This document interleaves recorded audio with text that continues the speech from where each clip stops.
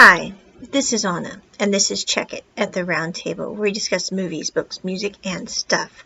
Today we are discussing Bad Buddy Episode 9, peeps. I cannot believe it, but we only have about 2, maybe 3 episodes left before this fantastic series ends.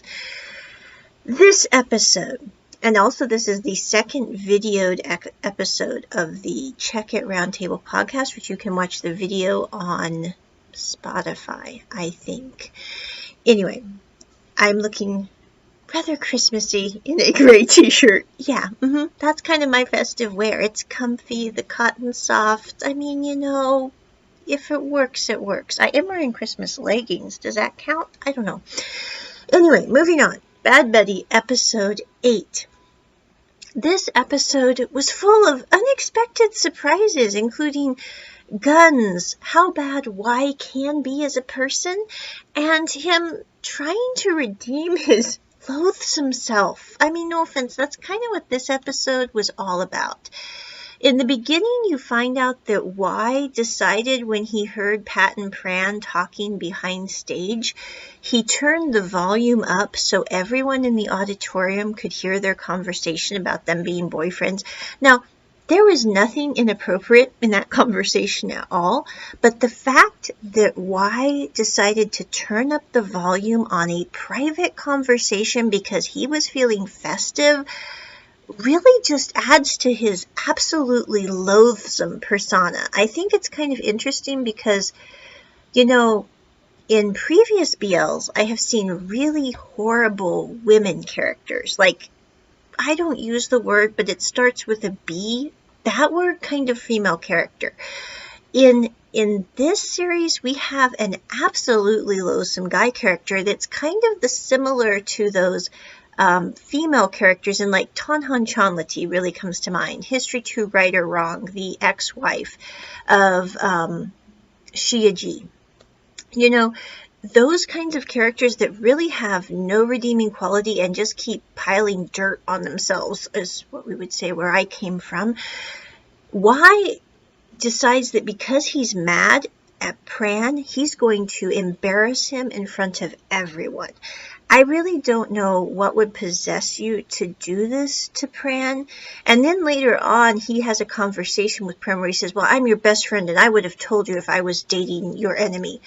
Like he would have said if he was dating someone, if it would have caused trouble. I'm going, why? And if you truly are the best friend of someone, you're never going to do anything to make them feel bad in public. And I think this really hits home with the fact that, I've been reading some of the comments that have been posted on the last episode, and everyone's saying, not only do Pat and Pran have very toxic family, but their friends, especially Y, really just takes advantage of Pran. He doesn't add anything to the friendship. He just uses Pran. And when he's tired of Pran, he decides to do something terrible to him. So, I mean, no offense, but Y in this episode especially, I think comes out as an absolute nincompoop. We're not going to use another word that I'm thinking, but any word that you're thinking, you could definitely add in there if you'd like. But anyway, so we have that scene at the play, and Pat and Pran see everyone laughing at them, maybe taking pictures of them, either disliking them because they're their rival faculties and their guys. And anyway, it gets really, really bad at school. When Pat tries to go back to eat breakfast with everyone, his supposed friend won't let him sit at the table. So Pat's like, you know what? Okay, fine. You don't like me? Okay. And, he looks at the other 2 people at the table and he's like, what about you 2? Are you on the same boat as him? And the other 2 are like, I don't take sides. I'm neutral. And I'm going, there is no such thing as neutral in certain situations. If you don't take a side, you're going to be shown with the side that is not nice. And I'm like, I think this intro was one of the hardest for me, mainly because I don't know why, but ever since I was a very young child, I've always had what would I say? When I was a kid growing up, my family would read the Bible, and religious or not, it's kind of interesting because the one part of the Bible that really bothered me as a child, I remember being very small and going, this is just inexcusable. But the one part that really got to me was in the Old Testament when you would read about people who there was actually a rule that you did not lead the blind astray and you did not move a boundary marker. So like say you wanted to make your field bigger, you moved the fence onto your neighbors.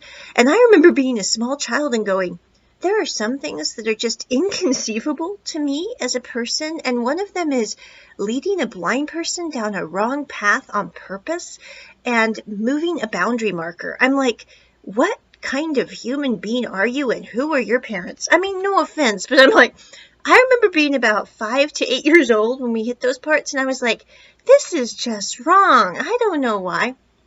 And in the same way, when I'm watching the beginning of this video or episode, I was sitting there going, the fact that you would have adults that would behave this way. I totally get that people behave this way. I totally get it. But I'm going, even if you don't like Pat, even if you don't like Pran, even if your faculties hate each other, that is no excuse. And the whole point is no faculty should hate each other on the premise of they're in architecture, they're in engineering. That's why we hate each other. That's such a stupid reason. If we had a logical reason for why we dislike one another, maybe we could present that and find a happy medium. I don't know, have a symposium, something. So anyway, but the fact that the reason that these two faculties hate each other is simply because they've decided to hate each other. There's no reason or rhyme to it.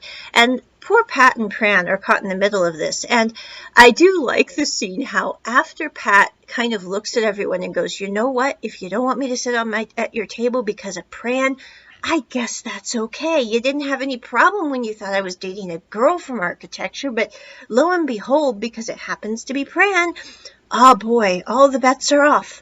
And so he kind of walks off. Well, as he's walking off, the friend who wouldn't let him sit at the table comes over with a doggy bag of all the breakfast food and says, I'm sorry, I had to do this because the older faculty told me to, but here's your food, and you can love whoever you want. This is not about you. This is about me having to do what the older faculty did.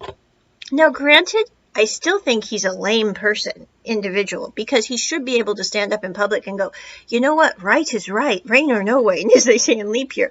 But anyway, for a totally different reason that really is irrelevant. But the point is that, the fact that you cannot say in public how you truly think is not a good idea. You have to be true to yourself. If you can lie to everyone else, which isn't good anyway, but lying to yourself is I think one of the worst forms of terribleness because, you're not being true to yourself. And if you can't be true to yourself, how in the world can you be true to others? So anyway, moving on here from that big digression. He's looking at the doggy bags, Pat is, and he's talking to his friend, and he says, you don't have a problem with it. He says, no, I don't have a problem with it. You love who you love. I don't care. He said, it doesn't matter to me. It's you and your life. And I do like that scene because it's his friend, despite his many failings, is sitting there going, it doesn't really matter what I think about anything. What matters is Pat happy with Pran? If Pat is happy with Pran, then who am I to sit there and go, this is terrible. So anyway, I did like that weird scene at the beginning of this episode. But we then go to basically Pat and Pran trying to decide how are we handling this. And they decide to have Pat and Pran have Ink and Pa for dinner with a hot pot. And so they're sitting there chatting, and Ink is talking to Pat and Pran, and she says, well, at one point, Pat, you said you liked me. And Pat says, I did like you at one point. That was true. I did not lie. And he said, but that was not when I liked Pran here. And Pran says, well, Ink, if it makes you feel better, I liked you too. And she said, now I feel so much adoration. I don't know what to do. And Pran says, well, I liked you as a person and a friend, not as a romantic interest. And she says, Pran, now I'm crestfallen. So anyway, they're having this conversation. And I do like this conversation because you have I know a lot of people are upset with Thai BL drama, and one of the main reasons I see on the internet for the reason that people are upset with Thai BL dramas is usually they will have some kind of line in it that says, I don't like you because you're a guy, I like you because you're you. And people tend to take huge truck with this problem, and I'm not here to say that is wrong, this is right. I mean, no offense, everyone does them. But the thing that I think is interesting about that, as opposed to like American BL drama, Taiwanese BL drama, let me think here, Korean BL drama, is I do think, despite the fact that that sentence does trouble some people, that it is an interesting concept because it's not really about being gay, being straight, being bi. It's not about any of that. It's about, do they like that individual person as a person? And I think that is kind of what sets Thai drama apart and why I do like it. Because I think, how do I say this?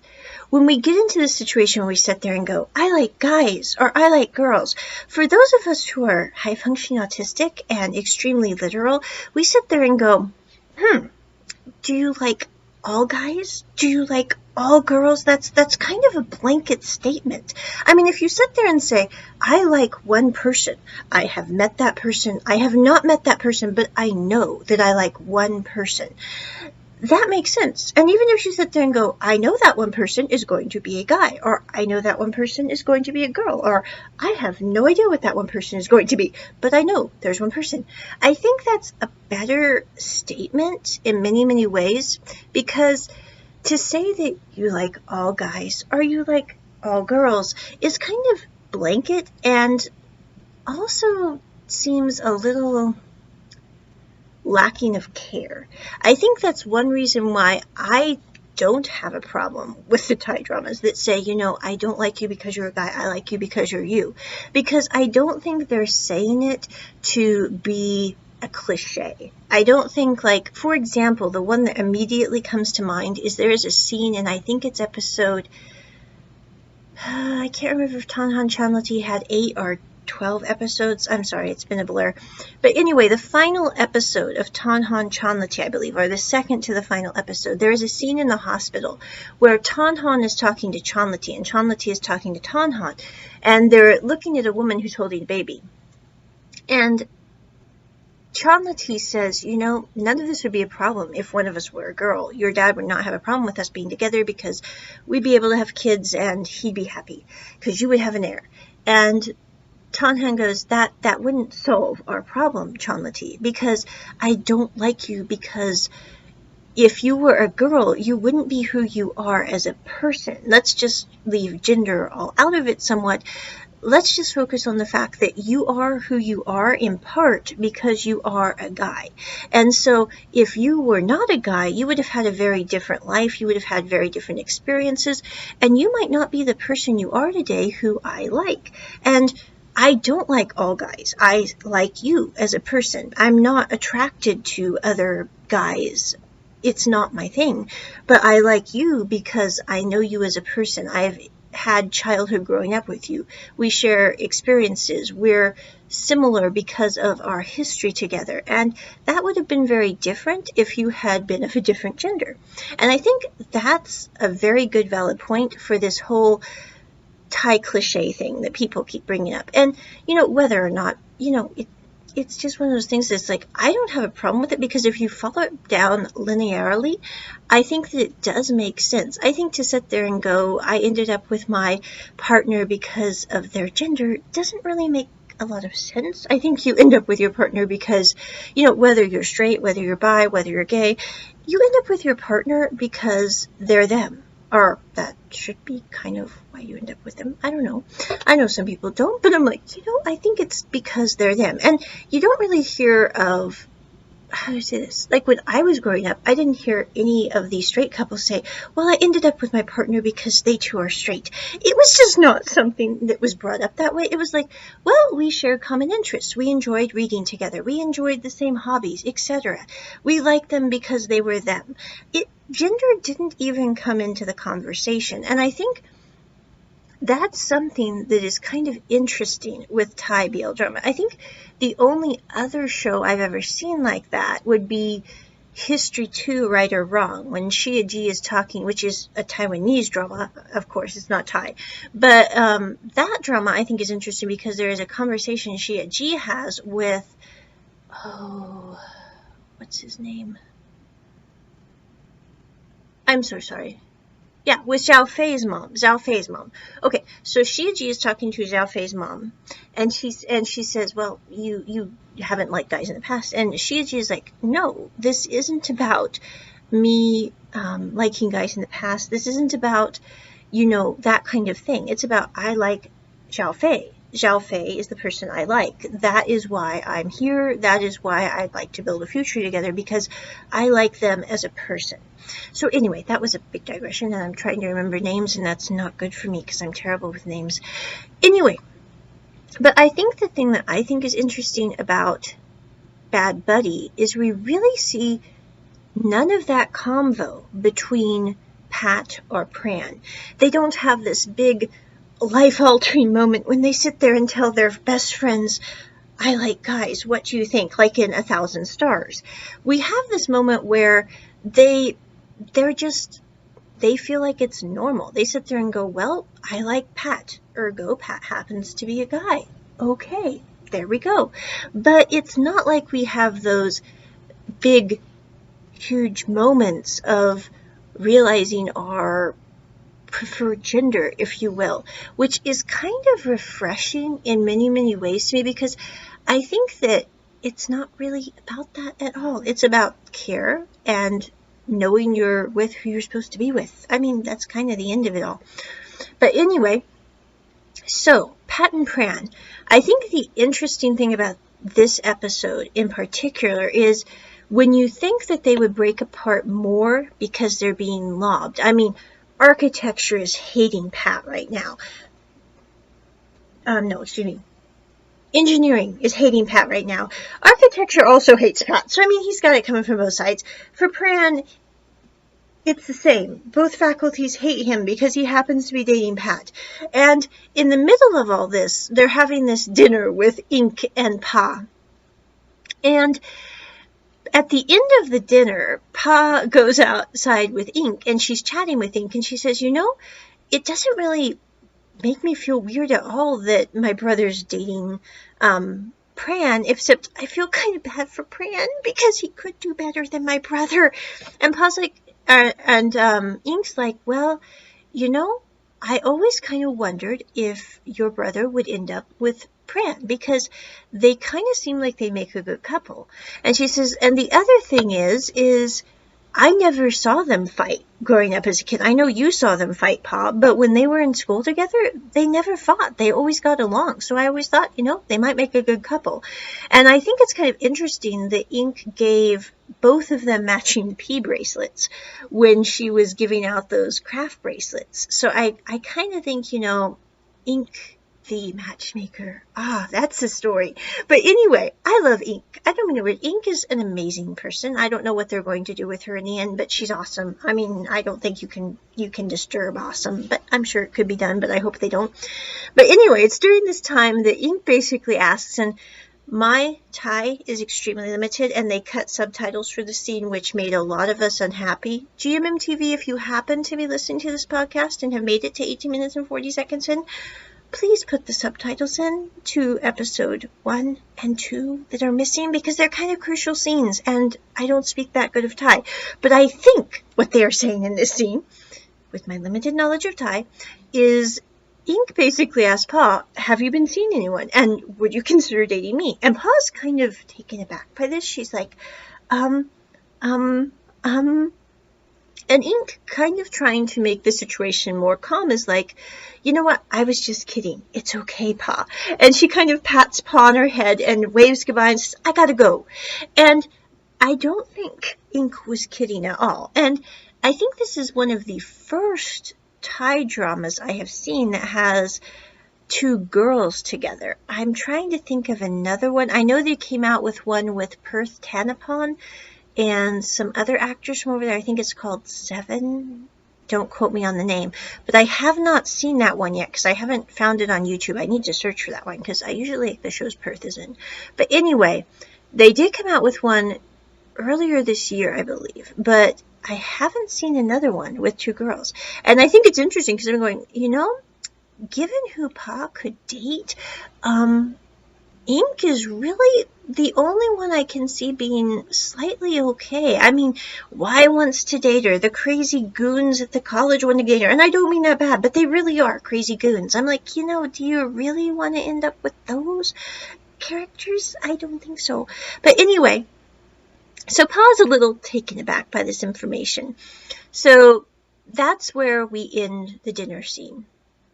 We then go to rugby, which Pat kind of slacked off on rugby because he was working on the play, which was a success, and then he's trying to do rugby practice. So he's practicing for rugby for playing the next game, where he will be playing with Y on a team. And Y is being an absolute jerk, as usual. I mean, no offense, I'm going, there's one thing that Y does well, it's being an absolute jerk. So Y plays okay in practice, not great, but when it comes to the game, he actually refuses to pass the ball, and so his team is losing because he does not want to play with Pat. I'm like, you know, didn't we get over this when we were toddlers on being immature asses? I mean, I don't mean it weird, but by the end of this episode, I'm like, you know why? I don't care. You're just you have no redeeming qualities. I mean, honestly. So anyway, at the end of the game, though, Y does pass the ball to Pat because another person got injured. Pat was sitting on the bench because he's like, if Y will not pass the ball to me, we are going to lose because I'm in the game. So let me sit on the bench so Y will behave himself. Maybe we can win this game. But then another player got injured, so Pat had to go back on. And that's the situation. He makes the winning play. They win the game. There's also a very cute scene in the middle of this where Pran comes up and he's grabbing some of Pat's food. And Pat says, you know, Pran, in order to make everyone happy, would you like me to post that we broke up, that I'm heartbroken and you decided to dump me? Because that would make you look better than me, and maybe people would quit talking about us. I can do that if you want, Pat. Or I can do that if you want, Pran. And he gets ready to post, and they're sitting at a picnic table. And Pran grabs his hand and is like, no. And it's at that point that Pran and Pat put their hands on the table seat, and they're just holding hands, just sitting quietly. And I think that's one of the coolest moments, and kind of is them as a couple in a nutshell, because they're not really what I would call the most, I know they had that passionate moment on the rooftop. Okay, not going to downplay that at all, because that was quite passionate. But I'm just saying, I think the thing that I like most about them as a couple is they don't need to be, how to say, I teach English, but sometimes I run out of the word that I'm thinking of. Anyway, they are good just being quiet together. And I haven't seen many couples that are, usually couples are like, they have to talk about how they feel. They have to express how they feel physically. And for them, it's like, I'm sitting at the park bench. I'm holding my partner's hand. I might grab a munchie and let them have a piece of it. That's kind of their relationship. And I think there's a healthy camaraderie there. It reminds me of, I think one of the most interesting things I came across recently was I was watching Wheel of Time, which is an Amazon original series.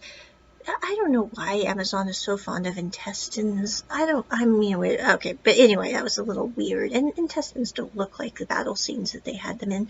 But anyway, okay, for those of us into anatomy and science, like, that is not how an intestine really looks, and that's just weird. And I know you're trying to do that gore moment, but that's not what I'm trying to talk about here. But anyway, Wheel of Time. The Aes Sedai and her, I think they were called a warder, in that series, kind of had a similar relationship. Now, theirs was not, as far as I understand, romantic. They had been together for years. The warder basically kind of is there as a side guard for the Aes Sedai.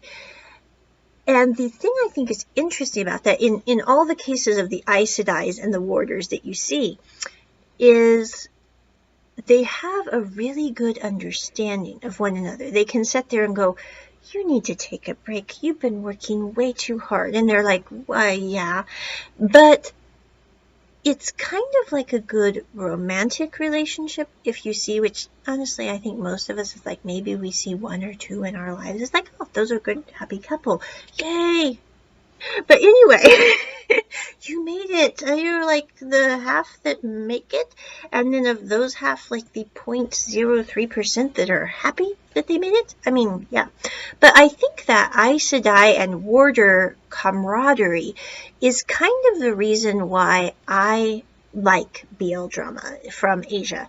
It's because a lot of times it's not really about passion or that kind of relationship. I mean, granted, there is that in the relationship, but the thing that I think is interesting is you have the camaraderie. And I think one of the reasons you have that is because in BL drama, as they said in the Tapas thread I read once, you don't have gender wars. You don't have people thinking that one person is less valuable than another because of their gender. And as much as I would like to say that would not be the case in our modern era, I think in many ways it is. I think that a lot of times couples think that, and you know, it's both sides. I think that a lot of couples, it's like, well, one is better than the other, and the other is kind of subservient to the one. And there was even a comment about this here later in this episode when, after the rugby practice, Y gets into a fight with after the rugby game is won, Rai gets into a fight with someone, and that person decides to pull a gun at them at the bar. Pat tries to defend Y to keep him safe and also to keep him from being maltreated, even though he doesn't like Y. And he ends up getting shot when he's trying to get a gun out of someone's hand. But when they're at the hospital, there's this whole conversation about who is the wife, who is the husband in Pat and Pran's relationship. And this is the one thing about Thai drama that I really detest. I mean, I will say that is like the one thing that I dislike the most in Thai drama. I do know, after reading some threads on it, that in Thailand, for same-sex couples, this is sometimes the way they refer to each other, and I totally get that. So if it's a cultural thing, okay. But for those of us who are born in Western culture, it doesn't make sense. I mean, no offense, it's like, if there are two guys, they're both husbands. Can we just call them that, or call them partners? I don't know. So it's just a little strange. And I do know that there was actually a thread I read about this on, I think it was, what's their name? Bookser? No. I will check and try to drop the link in the description of the audio version of this podcast when I remember to. But it's a link on one of the Thai BL drama review websites where they basically discuss why do people in Thai BL drama sometimes call each other husband and wife. And even in that one, they said that the thing that most couples do not like being called that. So it's kind of a not nice thing to see that in film, which I'm not a member of that group, but I totally would understand not wanting to be called that. So anyway, and I've got to stop one recording here and start another because I'm running out of space on my Anchor.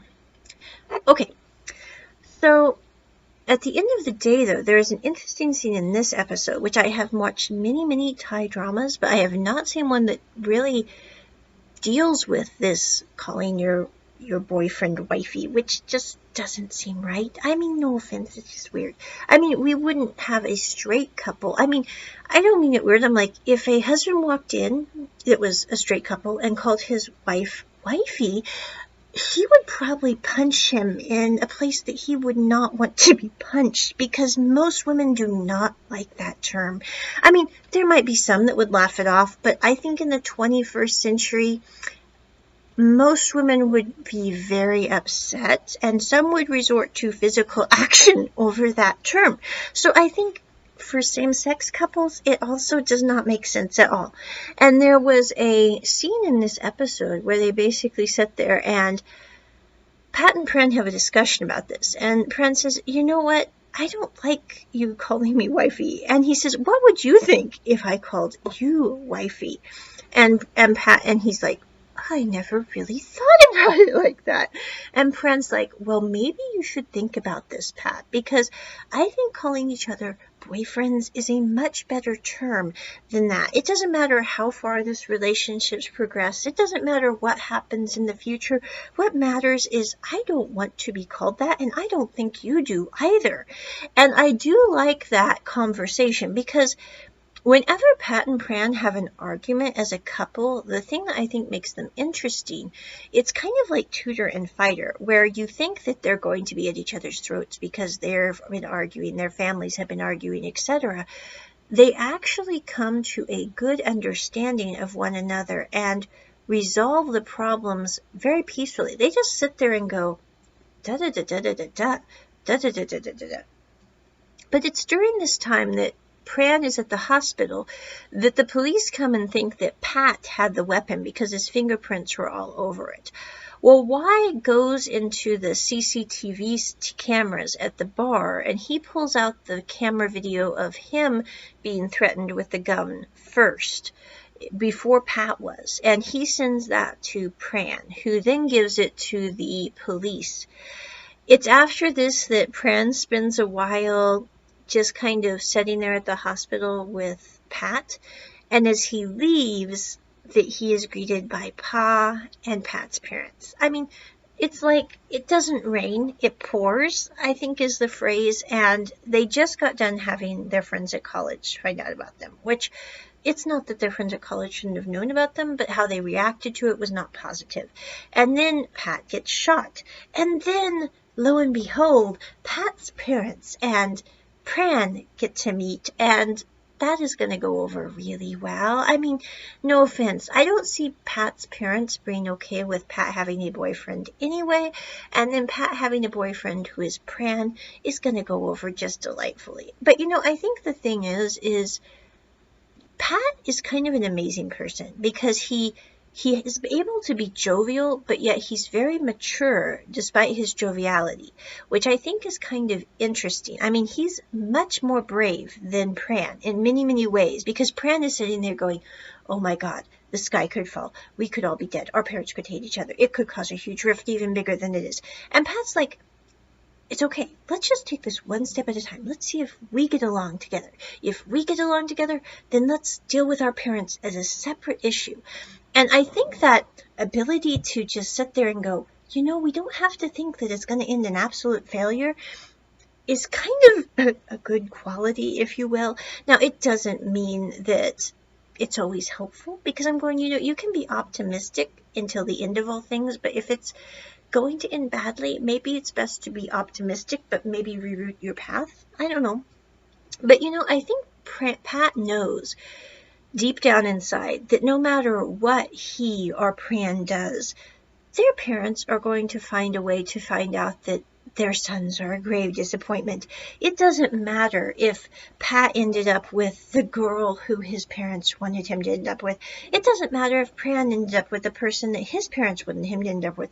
They would find something else to find dissatisfaction with, because that's the nature of both their parents.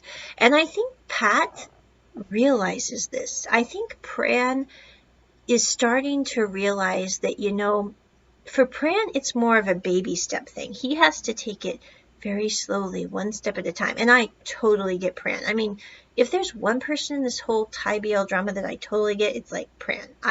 I'm there with him. I'm like, I get your hesitancy. I get that you feel that it could end in total obliteration. That I get. Pat, I'm sitting there going, I admire Pat, but it's a lot harder for me to understand Pat, if that makes sense. But I think that during this whole time, the thing that is quite amazing is Pat is much more mature than you think he is. And Pran, when the hardships come, he does rise to the occasion. It takes every ounce of courage he has. You can tell. But he's like, I like Pat. And if I like Pat and we are a couple, then this is what I need to do. And he's like, very logical, very linear, da-da-da-da-da-da-da-da-da. And I think in many ways, that's why he and Pat ended up together, because they're both very logical individuals. They tend to sit there and go, this is how we do X, this is how we do Y, this is how we're going to sort this out. And I'm going, they would have had to deal with their parents eventually anyway. They might as well deal with it now. They've taken care of their friends. They've taken care of the university. Now they got the folks, and it'll all work out. I'm also kind of curious to see how things play out with Ink, because that's going to be interesting. Is she and Pa going to end up to be a couple, or is she going to remain single? I mean, no matter what, I'm like, Ink is totally fabulous. I mean, I have to say, just awesome. And I love it how she sits there and goes, I always thought they might end up together because they got along really well, and they just happen to be the same gender. What? So anyway, but that is my review of Bad Buddy episode 8. Check it at the round table. Bye!